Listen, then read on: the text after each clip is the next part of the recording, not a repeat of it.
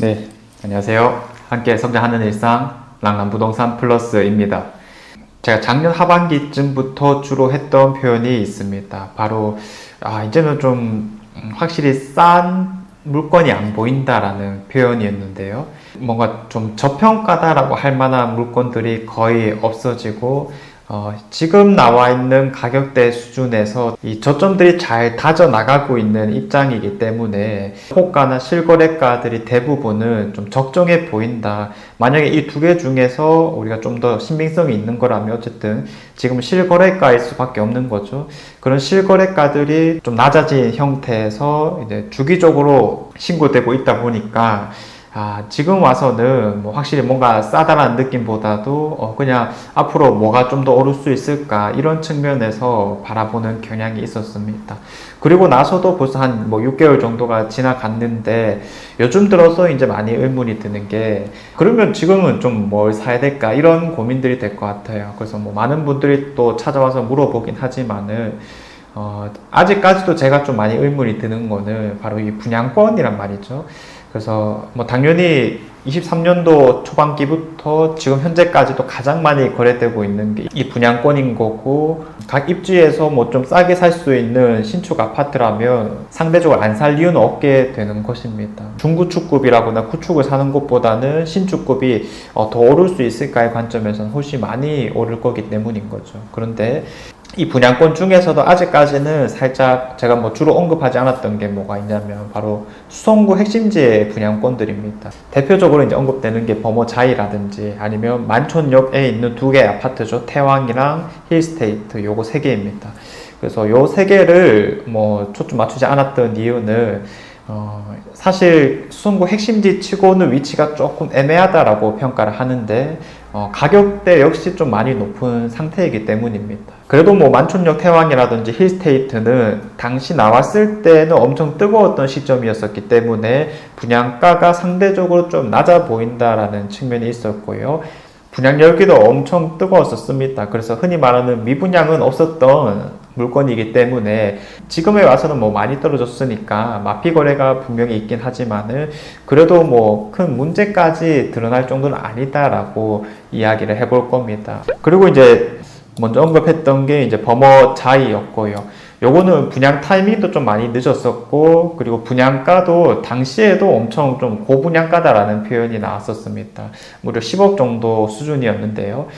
요거 두 개가 어쨌든 사실 뭐 수성구에서 우리가 뭐 범사만삼이라고 하는 지역도 아니게 되고 그냥 범어동이고 만촌동이고 하는 상징성 정도만 있는 상태에서 현재 시점에서는 가격이 좀 높다 보니까 이거 살 거면이라는 표현을 좀 많이 했었던 것 같습니다. 그럼 그 9억짜리 10억짜리가 뭐가 있냐라고 했을 때 이제 뭐 9억짜리라고 하면은 일단 뭐 비슷한 게 만촌 3정이라든지 범어 센트럴 푸르지오 혹은 범어 엘리의 뜰 정도가 되겠습니다. 그럼 요 세 개는 사실 포인트는 그래도 좀 명확하단 말이죠. 뭐 만촌 3동 같은 경우에는 그러면 이런 만촌역에 있는 이제 두 아파트보다 확실히 학군 측면에서는 우위에 있다라고 얘기를 할 수 있겠고요. 나머지 두 아파트들도 이제 뭐 동천초를 보낸다든지 동도초를 보내는 곳이기 때문에 확실히 초등학교 선호도에 있어서는 꽤 괜찮다라고 이야기를 합니다.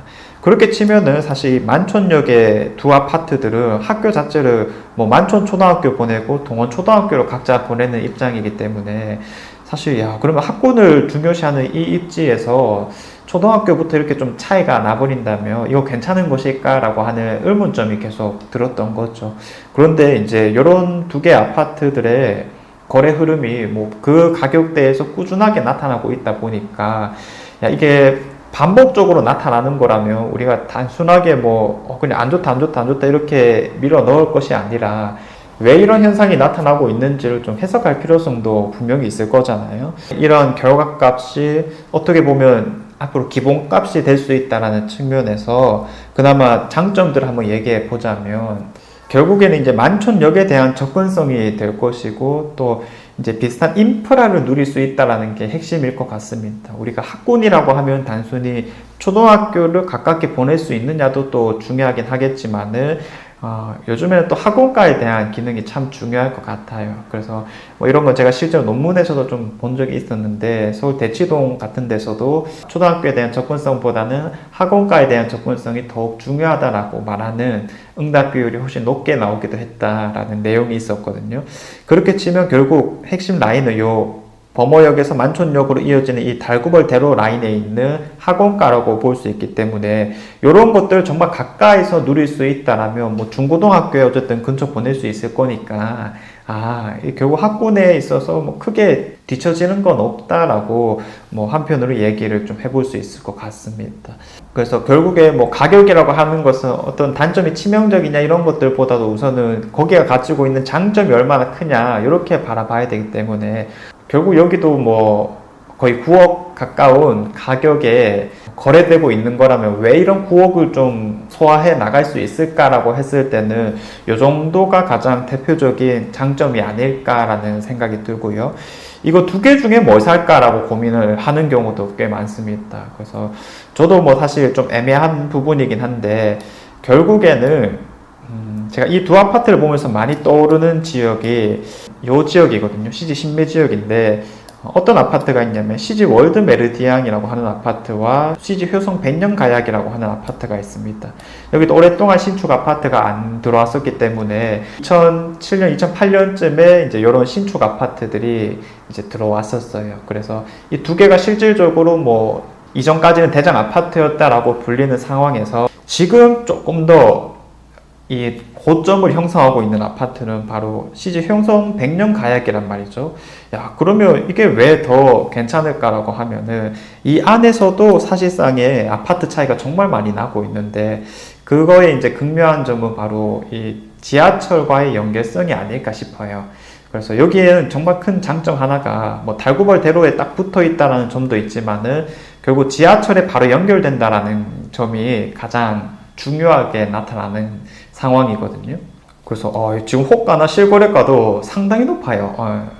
이 주변 아파트들에 비해서 거의 뭐 CG 라운 프라이빗 가격에 크게 뒤처지지 않는 정도로 지금 실거래가를 보여주고 있기 때문에 이거의 상징성이 그만큼 좀 이일대는 크다라고 얘기를 하는 상황인데 그렇게 치면은 이런 만촌역의 두 아파트들을 비교해 봤을 때도 지금 힐스테이트를 두고 가장 많이 나오는 게 브랜드 가치는 더 높지만은 이 뷰 같은 것들이 좀 많이 막히게 된다라는 측면이 있었어요. 그래서 뭐 바로 앞에 있는 뭐 주상복합 아파트도 크게 하나 있고 그리고 요 메트로 병원을 이제 또 이제 실버타운 뭐 이런 식으로 하나 크게 짓는다라고 하니까 이 뷰 부분이 조금 많이 안 좋다 상대적으로 이렇게 얘기를 해볼 수 있겠고 또 상대적으로 만촌 태왕 디아누스 같은 경우에는 이런 동향 매물도 꽤 잘 팔린다라고 얘기를 하더라고요. 그래서 이런 뷰가 일단 기본적으로 상대적으로 좋으면서 이 지하철의 직주가 되는 형태로 현재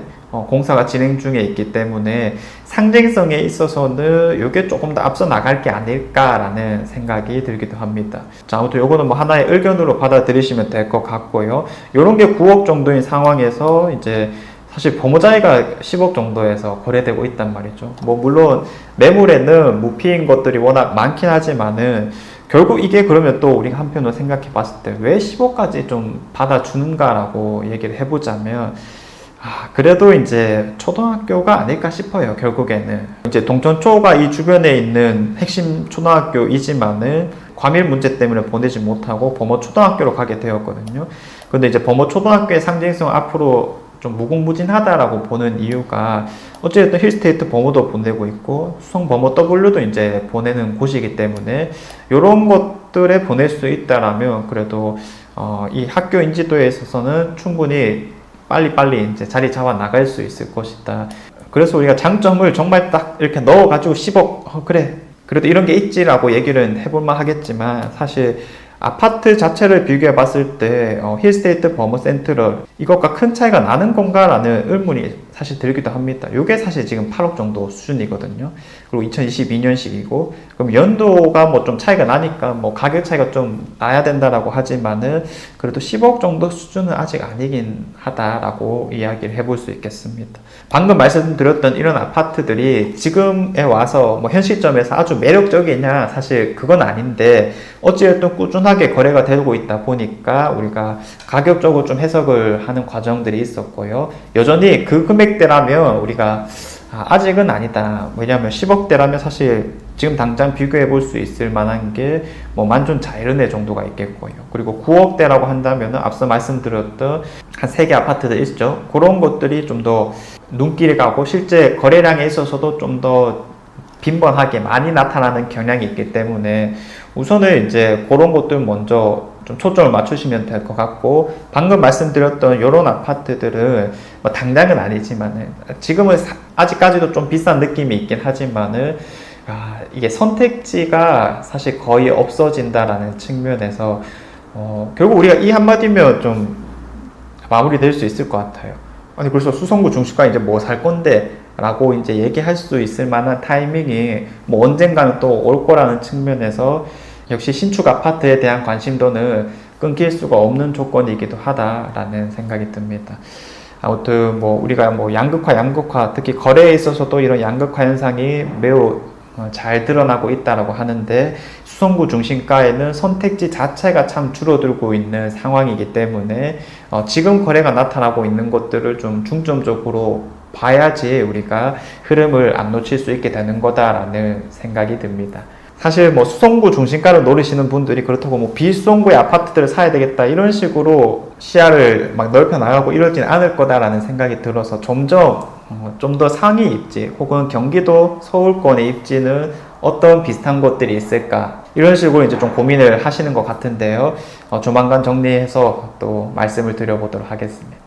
자, 이상 제가 준비한 내용은 여기까지이고요. 내일도 좋은 내용으로 찾아오도록 하겠습니다. 감사합니다.